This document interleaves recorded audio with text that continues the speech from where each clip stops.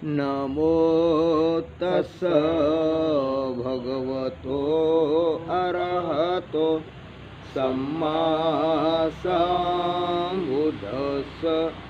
नमो तस् भगवतो अरहतो सम्मा सम्बुद्धस्स।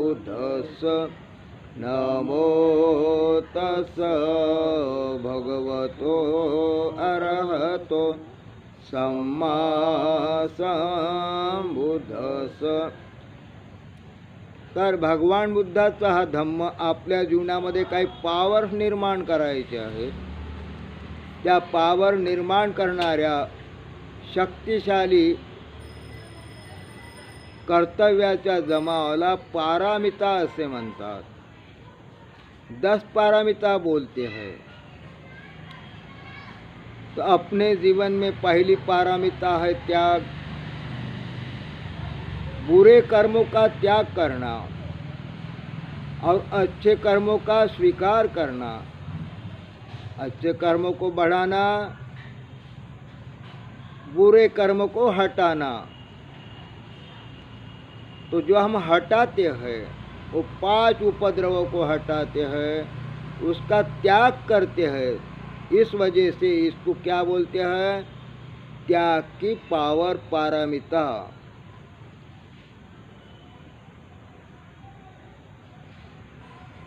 दूसरा पावर है, दूसरी शक्ति है, उसे वीर्य पारमिता बोलते. वीर्य यानी प्रयत्न, हार न मानना.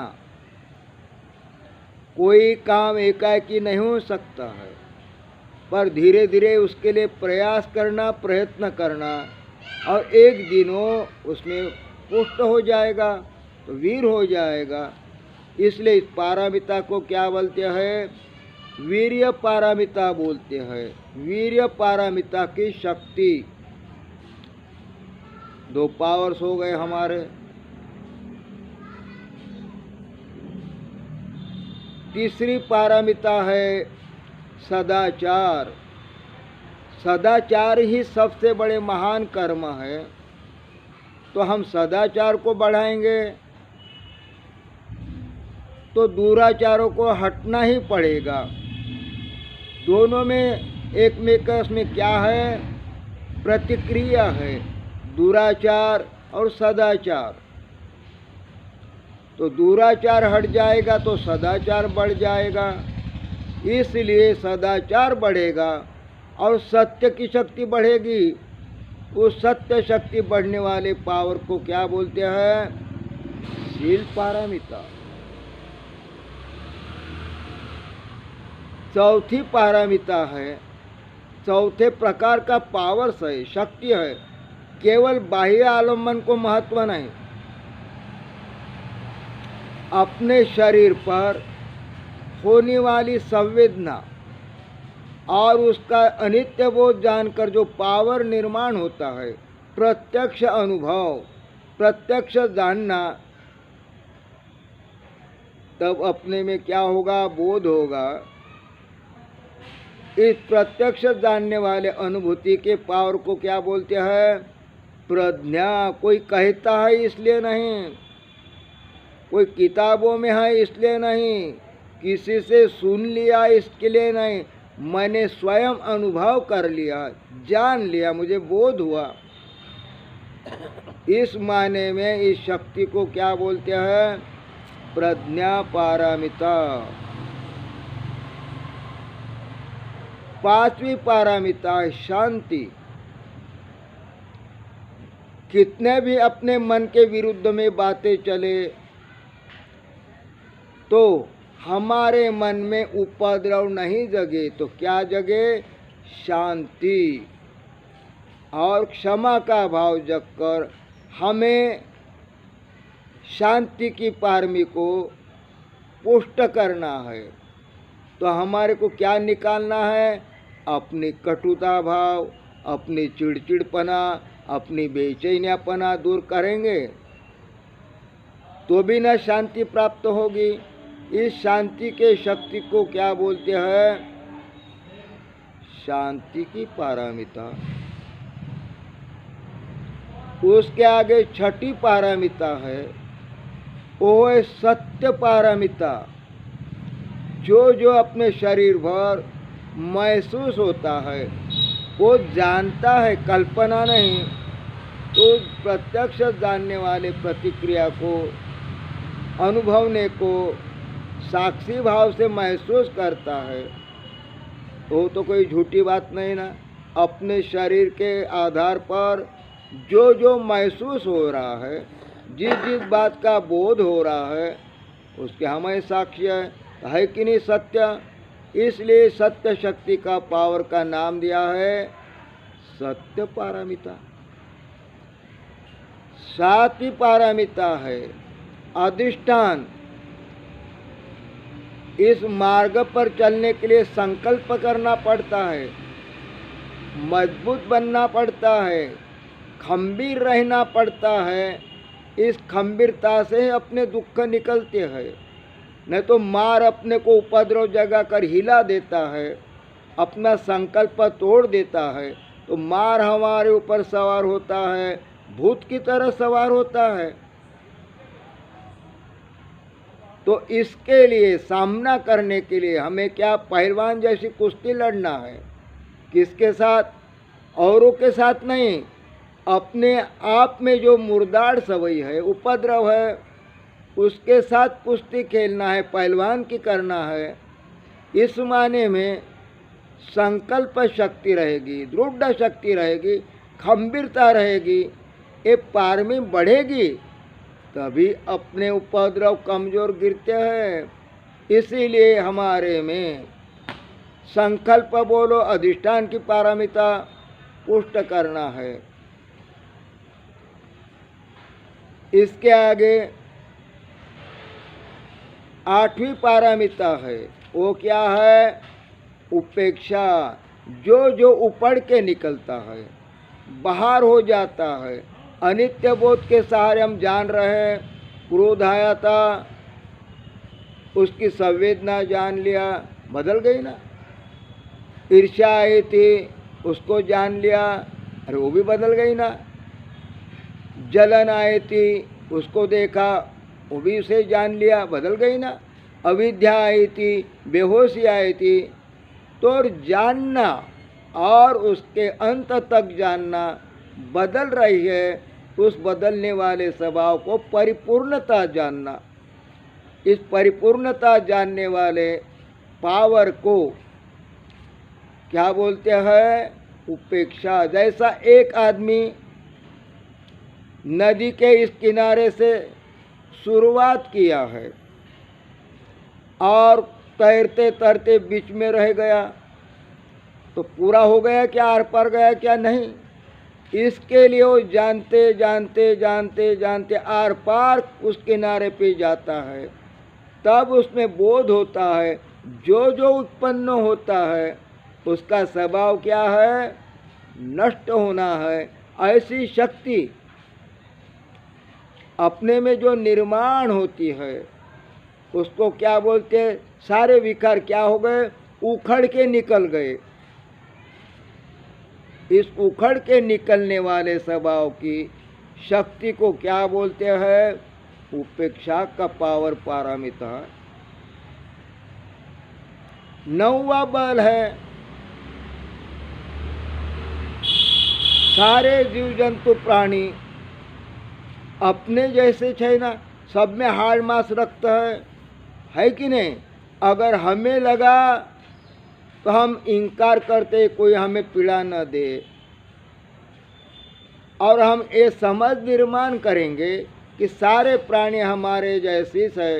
इस दृष्टिकोण से मैं नाम हो गया, मैं ना हो गया, और त्रि यानी हमारे जैसा, सारे प्राणी हमारे जैसे हैं। हम जब हमारे पे ऊपर अत्याचार नहीं कर सकते तो दूसरे के ऊपर कैसा अत्याचार करेंगे? इस स्वभाव को बढ़ाना, इस ज्ञान को बढ़ाना, इस पावर को बढ़ाना क्या बोलते हैं? मैत्री की पारमिता। और 10वीं पारमिता है, वो क्या है? दान पारमिता। सारे जीवन में हम अपने पारिवारिक चक्कर में फंसे हुए हैं। पत्नी के लिए कितना खर्च करते हैं, पुत्र के लिए कितना खर्च करते हैं, कन्या के लिए कितना खर्च करते हैं, अपने लिए कितना खर्च करते हैं, इवाई के लिए, जावई के लिए, अक्कड़ सासू के लिए, फक्कड़ सासू के लिए। इस भव चक्कर के कटघरे के जो आ रहे हैं वो रिश्तेदार है हमारे, इसको कितना ही दान दो, उनके लिए कितना ही पैसा खर्च करो, पर वो क्या है? भव चक्कर के चक्कर वाले रिश्ते आ रहे हैं। इसके बाहर आने के लिए कोई 1 रुपया भी बाहर के लोगों को देता है तो 1 रुपया की क्या हो गई है? दान पारमिता है। कोई भोजन देता है तो भोजन की पारमिता है दान वाली। इसीलिए कोई लोग क्या करते हैं, मेरे पास 2 आँखें हैं भाई, तो 2 आँखों से मैं क्या करूँगा? ये आदमी अंधा है, उसके लिए मैं अपनी आँख एक दे देता हूँ, 1 आँख से मेरा काम चलेगा। तो ये भी क्या है? शरीर का अवयव दान करना, ये भी पारमिता है। दूसरे लोगों के लिए कपड़े दान देना, गरीब लोगों के लिए किताबें दान देना, औषधि दान देना, ये क्या है? मन की उदारपना है। उदारपना जब बढ़ती है तो ही मन दूसरे के लिए कुछ ना कुछ सहकार्य करता है। ऐसा करते करते मरने के पहले वो क्या करता है? अरे मर जाऊंगा ना भाई, तो मुझे जलाएंगे गड़ाएंगे, इसके लिए अपनी बॉडी दान करके लिखित देखता है, मेरे बॉडी का जो भी अवयव किसके काम में आए तो मरने के बाद मेरी बॉडी दान हो जाए, है ना उदार मन। इसीलिए अपने जीवन में ये दान पारमिता, अपने मन को और आगे बढ़ाना है। हमने दान जिसको उसको देना शुरू हो गया। एक गांव में एक ही भिखारी था, उस गांव के लोग उस भिखारी को दान पारमिता पुस्तक करने के लिए बहुत दान देते थे। और जब अपने गांव में जाता था तो गट्ठा लेके जाता था ना, तो साथीदार बोलते इतना माल तूने कहाँ से लाया? तो वो बोलता था वो गांव में बहुत बड़ा दान मिलता है। तो लोग भी उसके जैसा थैला झोला लेके उसके पीछे दौड़ने लगे। उस गांव में 2 भिखारी हो गए, 4 भिखारी हो गए, 10 भिखारी हो गए, 50 भिखारी हो गए। उस गांव में दान मांगने के लिए जा रहे हैं। तो सभी को कैसा दान मिलेगा? वो खाना खाएंगे नहीं, अपना परिवार नहीं पालेंगे, तो इतने भिखारी को कहाँ से दान लेगा? तो कुछ को मिलता था, कुछ को नहीं। तो फिर क्या हो गया? कुछ भिखारी घर देखते थे, टाला बड़ा है, इसके घर में माल है, तो कोई लोग दान के लालसे से जाते थे, दान नहीं मिला तो उस घर की चोरी कर लेते थे। तो भिखारी की बढ़ाने की संख्या किसने किया है? हम ही लोगों ने किया है। इसीलिए लोग कटोरा लेके घूमते हैं। क्यों घूमते हैं?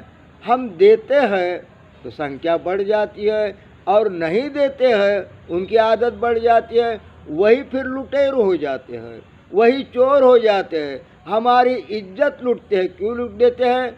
हम ही ने उसको बढ़ाया है, हम जिम्मेदार हैं। इसीलिए दान किसको देना है?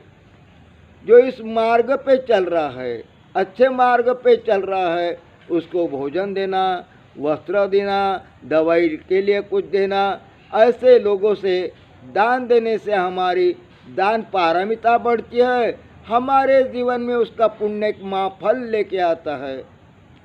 तो ये 10 प्रकार के हमारे पावर के घड़े जब भर जाएंगे तो हमारे जीवन में निश्चित ही मुक्तपना आएगी, झंझट के बाहर आएंगे, हम मुक्त हो जाएंगे, निर्वाणिक हो जाएंगे। हमारा जीवन कोई फिर इच्छा नहीं करेगा, तो उसे ही क्या बोलते हैं? मुक्त हो गया। अब उसका कोई जन्म नहीं तो कैसा मरण होगा? अरे जन्म ही नहीं तो कैसा बूढ़ा होगा? जन्म ही नहीं तो कैसी रोग राय आएगी रे? नहीं तो जन्म है तो बूढ़ापन है, रोग राय है, मरना भी है, और कितने लोग झंझट में फंस गए हैं, तो मरने से छूट जाएगी। ये 10 पारामिता अपने जीवन में पुष्ट करना पड़ता है। एक बड़ा सन्यासी था, और सन्यासी ने यहाँ तक त्याग लिया, क्या आंख पर वस्त्र तक नहीं पहनता था। तो कितना त्यागा उसने, घर त्याग लिया, परिवार त्याग लिया, धन त्याग लिया, वस्त्र तक त्याग लिया, तो नंगा घूमता था। तो फिर क्या हो गया, जिस शरीर के भाग से गंदगी निकलती है, उस गंदगी का भाग के ने क्या हो गया है, मक्खियाँ लगती थी, झुंड की झुंड। तो उसको लगा ये पूरा नग्न शरीर रखना बेकार है, मक्खियों क्या हमारे पीछे क्या लग लिया है, झंझट। वो गंदगी निकलने वाले छिद्र के सारे मोहर जैसे चिपक जाते थे, तो उसको होती थी तकलीफ। तब उसने किया, एक लंगोटी लगाया, गंदगी का छिद्र छुपाने के लिए, बचाव के लिए लंगोटी लगाया। और उसने गांव छोड़ दिया, दूसरे गांव में गया, जंगल में एक झोपड़ा बनाया, उसमें रहता था। फिर भी भोजन लगता है कि नहीं, भोजन लगता था तो बस्ती में जाता था, भोजन मांग के लाता था, जंगल में खाता था। पर लंगोटी उसकी एक ही थोड़ी चलने वाली, 2 लंगोटी थी। एक लंगोटी धोता था, उसको सुखाने डालता था, एक लंगोटी पहनता था। ऐसा करते करते क्या हो गया, उस जंगल में वो चूहा था, एक चूहा था। तो चूहा क्या करता था, उसके लंगोटी को कातर कुतर करके बर्बाद कर देता था। फिर उसको विचार आया, अरे मैं क्या करूं, मेरी लंगोटी सारे छिद्र गिर गए कातरी जैसे, तो क्या हो गया। चूहे को देखा उसने कातरते हुए, वो बस्ती में भिक्षाटन के लिए गया। तब उसने पूछा, अपनी समस्या बताई, गाँव करी लोगों हो, मेरी लंगोटना एक चूहा कातरता है। लोगों ने क्या बताया, अपनी आइडिया बताई। क्या बताई, महाराज बहुत महान त्यागी हो, तुम्हारी लंगोट चूहा कातरता है ना, एक गांव की एक बिल्ली लेके जाओ। लोगों ने उसको क्या दिया, बिल्ली दे दिया। अब बिल्ली दे दिया तो बिल्ली लेके आ गया, चूहा भाग गया। पर बिल्ली रात भर म्याओ म्याओ म्याओ, क्योंकि उसके लिए खाने के लिए होना है कि नहीं, तो खाने को नहीं मिलता था, तो बिल्ली चिल्लाती थी। दूसरे दिन साधु बस्ती में गया और कहने लगा समस्या, बिल्ली तो चूहे को खा जाएगी, या उस धाक से चूहा भाग गया हो, तुमने बहुत हमारी समस्या हल की, पर वो रात भर चिल्लाती है ना, फिर क्या करें। तो बोले लोग, बिल्ली को तो दूध चाहिए ना महाराज, तो क्या करो।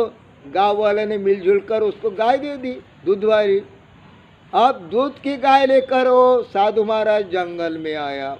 फिर क्या हो गया, अब गाय को लेके आया, बिल्ली शांत हो गई, दूध पीती थी, चुपचाप रहती थी, पर गाय भे भे करती थी। क्यों, उसको भी चारा होना कि नहीं।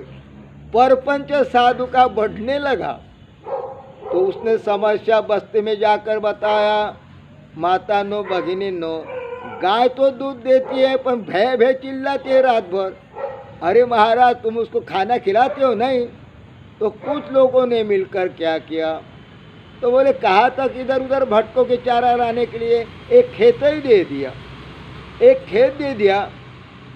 तो साधु महाराज क्या करने लगा, गाय वहाँ चराने छोड़ता था, गाय फूक जाती थी, मस्त दूध देती थी।